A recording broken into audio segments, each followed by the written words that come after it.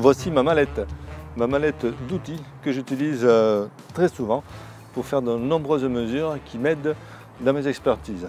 À quantifier, mesurer, prendre une température, prendre un degré d'humidité, etc., etc. Une petite loupe qui a grandi jusqu'à 15 fois. Ça permet, lors des contre-expertises par exemple, de voir ce qu'il y a, s'il y a du plâtre, si c'est du ciment, si c'est autre chose. Une équerre, à quoi ça sert? Ça, c'est une fausse équerre. Et quand je vois des rayures par rapport à l'horizontale, dessous j'ai un niveau, ça me permet de mesurer l'angle des rayures ou par exemple l'angle d'enfoncement. Un fil à plomb, quand on fait une expertise, savoir ce qui est important, c'est de faire ressortir la partie la plus proéminente. Voilà, normalement par rapport à un élément vertical, c'est la partie proéminente qui vient au contact. Et dans certains cas de figure, la partie proéminente n'a rien. Il n'y a que le fil à plomb qui permet de le voir. Petit micromètre digital, bon là j'ai enlevé la pile, qui permet de mesurer au micron certaines pièces mécaniques. Alors il y en a des grands, des petits, des électroniques, des non électroniques, voilà, de toute taille. Là c'est une jauge de profondeur. Voilà.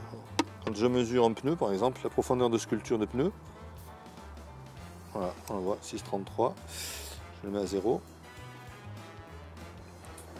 Et ça me permet, quand je fais, alors on va faire un exemple là, voilà, vous allez voir là, ça me permet de le positionner, de relever la profondeur et je prends la photo. Un petit microscope digital qui permet lui d'agrandir. La loupe elle s'arrêtait à 10 fois. Celui-là il a grandi, je ne sais pas combien, 50 fois je crois. On a des cales qui vont de 100 centièmes, 1 mm à 4 centièmes, 7 centièmes. Donc si il y a la plus petite, elle est de 4 centièmes. Et donc on fait glisser la cale entre deux pièces et suivant le frottement on arrive à mesurer la distance entre les pièces. Bright mark, et sur les pièces brillantes on écrit, ça permet de garder la trace. Un thermomètre infrarouge qui permet de mesurer la température des radiateurs, c'est une température à distance, la température en surface des pièces, très important ça. Un autre thermomètre qui permet de mesurer à l'intérieur d'un circuit d'huile, de refroidissement. Et quand on a une pièce qui est enfoncée, la pâte à modeler, on en fait un petit amalgame et on la met dans le creux.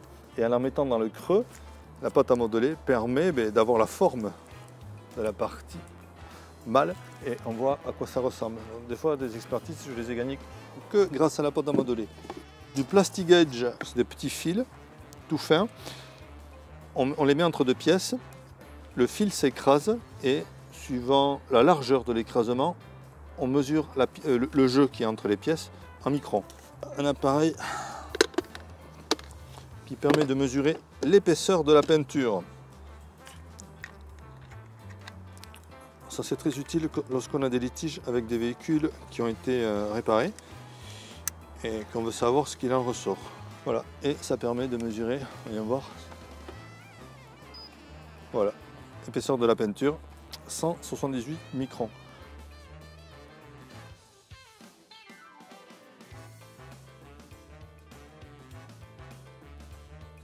Et si on va sur un endroit où elle a été réparée, on voit que l'épaisseur de peinture varie. Donc là, ça nous permet de savoir quand on achète un véhicule d'occasion, s'il a été réparé ou pas.